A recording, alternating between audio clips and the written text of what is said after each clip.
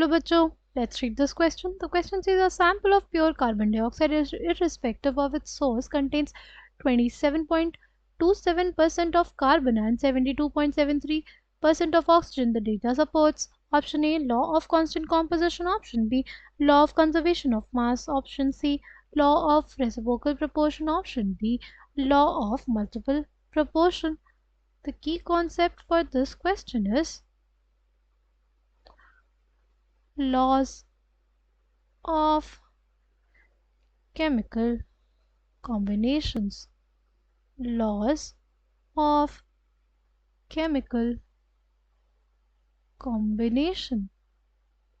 सबसे पहला जो लॉ था वो हमारे पास था जो लेवोशियर ने दिया था किस ईयर में 1789 में दिया था law of conservation of mass. क्या कहता है ये law? Law of conservation of mass states that during a chemical change there is no net change in the mass. यानी सपोज A प्लस B का रिएक्शन हो रहा है टू गिव C. A का मास हमारे पास 2 ग्राम है, B का मास हमारे पास 3 ग्राम है, तो C का जो मास होगा वो हमारे पास 5 ग्राम ही होगा. यानी there will be no loss of mass in the course of reaction. ठीक, तो ये सबसे पहला लॉ था.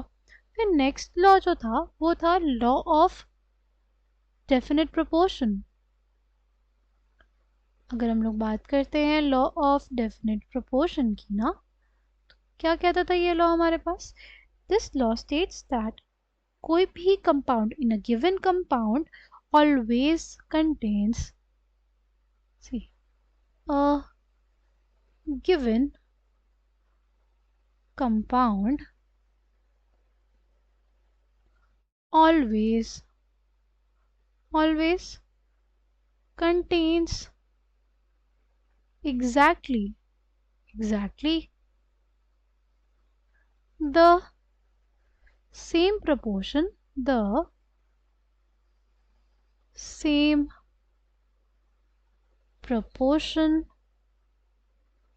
of elements by weight. इसका क्या मतलब हो?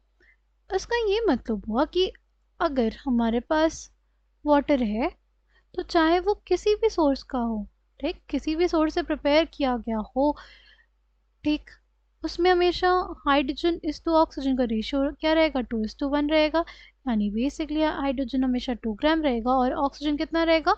वो 16 ग्राम ही रहेगा. चाहे वो वाटर प्रिपेयर किया गया लेबोरेटरी में, चाहे वो वाटर हो जो हमारे पास नेचुरल सोर्सेज से मिल रहा हो, चाहे वो वाटर हो जो कमर्शियल मेथड से प्रिपेयर किया जा रहा है, राइट, सब में हमारे पास 2 ग्राम हाइड्रोजन और 16 ग्राम ऑक्सीजन रहेगा. ठीक, नेक्स्ट लॉ है हमारे पास law of multiple proportion. Law of multiple proportion की अगर बात करते हैं तो इट बेसिकली स्टेट्स दैट कि अगर हमारे पास दो एलिमेंट्स दो या दो से ज़्यादा कंपाउंड्स बनाते हैं, अगर हमारे पास दो एलिमेंट्स दो या दो से ज़्यादा कंपाउंड्स बनाते हैं तो एक फिक्स मास ऑफ एलिमेंट के साथ जो दूसरे एलिमेंट के जो मासेस रिएक्ट करेंगे, वो जो दोनों मासेस होंगे उनमें होगा एक सिंपल होल नंबर रेशियो. ठीक, इसको कैसे समझ सकते हैं? इसको ऐसे समझ सकते हैं जैसे हमारे पास है हाइड्रोजन प्लस ऑक्सीजन, तो ये दोनों मिलके क्या बनाते हैं? हमारे पास वाटर बनाते हैं, राइट, वाटर बनाते हैं.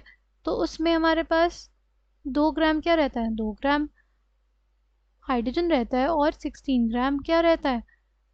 ऑक्सीजन रहता है. तो ही हमारे पास 18 ग्राम क्या बनता है? वाटर बनता है. अगर बात करें हाइड्रोजन और ऑक्सीजन की तो ये दोनों पता है मिलके एक और चीज़ बनाते हैं. क्या बनाते हैं?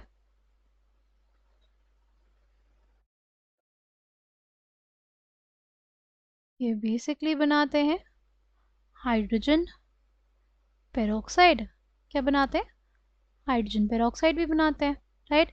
तो हाइड्रोजन पेरोक्साइड में हमारे पास देखो 2 ग्राम ऑफ हाइड्रोजन तो है, बट ऑक्सीजन कितना होता है? 16 ग्राम ना होकर के 32 ग्राम होता है. तो हमारे पास क्या बन जाता है? Hydrogen peroxide. अब लॉ ऑफ मल्टीपल प्रोपोर्शन में क्या है कि एक फिक्स्ड मास ऑफ एक एलिमेंट के साथ जो हमारे पास डिफरेंट मासेस ऑफ दूसरा एलिमेंट कंबाइन कर रहा है, ये दोनों मासेस में क्या होना चाहिए, एक सिंपल होल नंबर रेशियो होना चाहिए। यानी 16:32 में क्या दे देगा, 1:2। एक सिंपल होल नंबर रेशियो है ना, इसलिए हम लोग कहेंगे यहाँ पे क्या वैलिड होगा, law of multiple proportion. First है हमारे पास law of reciprocal proportion, right. क्या है हमारे पास law of reciprocal proportion? Law में क्या बोला गया, इस लॉ में ये बोला गया कि अगर हमारे पास एलिमेंट ए है, वो कंबाइन कर रहा है किसके साथ, एलिमेंट बी के साथ, और कंपाउंड बना रहा है ए बी, और कंपाउंड ए सी बना रहा है जब वो रिएक्शन दे रहा है एलिमेंट सी के साथ। तो जब आपस में एलिमेंट बी और सी कंबाइन करेंगे, जो बी सी बनाएंगे, तो हमारे पास क्या होना चाहिए, दो कंबाइनिंग मासेस जो होंगे वो या तो सेम प्रोपोर्शन में होंगे या बियर करेंगे simple ratio to the masses of B and C, ठीक, which combine with a constant mass of A, right. इसको कुछ ऐसे समझ सकते हैं जैसे हमारे पास क्या है, H2O और H2S है, राइट। इसमें हमारे पास H2O के केस में क्या है, H2O के केस में हमारे पास 2 ग्राम ऑफ हाइड्रोजन और 16 ग्राम ऑफ ऑक्सीजन है, राइट। और अगर बात करें H2S में, तो हमारे पास 2 ग्राम ऑफ हमारा 2 ग्राम ऑफ हाइड्रोजन है और 32 ग्राम ऑफ क्या है, सल्फर है, ठीक। तो अब हमारे पास सल्फर और ऑक्सीजन का जो कंपाउंड बनेगा, राइट, अगर सल्फर और ऑक्सीजन का कोई कंपाउंड बनेगा तो वो या तो हमारे पास 32:16 के रेशियो में होना चाहिए या सिंपल रेशियो होना चाहिए। क्या होना चाहिए, सिंपल रेशियो होना चाहिए। अगर हम लोग बात करते हैं सब सिंपली SO2 की, SO2 में क्या होता है हमारे पास 32 ग्राम सल्फर रहता है और 32 ग्राम ही क्या होता है, ऑक्सीजन। यानी यहाँ पे हमें देखने को मिल रहा है एक सिंपल रेशियो, राइट। तो हम लोग ये कह सकते हैं कि यहाँ पे क्या वैलिड है, law of reciprocal proportion. Coming back to the question में क्या बोला था कि एक प्योर कार्बन डाइऑक्साइड है, उसका सैंपल है, रिस्पेक्टिव ऑफ इट्स सोर्स हमने देखा कि उसमें 27.27% कार्बन है और 72.73% ऑक्सीजन। ये डेटा किसको सपोर्ट कर रहा है, तो ये डेटा सपोर्ट कर रहा है basically law of constant composition को या लॉ ऑफ डेफिनेट प्रोपोर्शन को, बिकॉज उसमें ये कहा गया है कि रिस्पेक्टिव ऑफ द सोर्स हमारे पास जो कंपाउंड होंगे उसमें जो परसेंटेज ऑफ हमारे एलिमेंट्स रहेंगे वो हमेशा सेम रहेंगे। तो correct answer for this question will be option A. I hope you understood it well, thank you and all the best.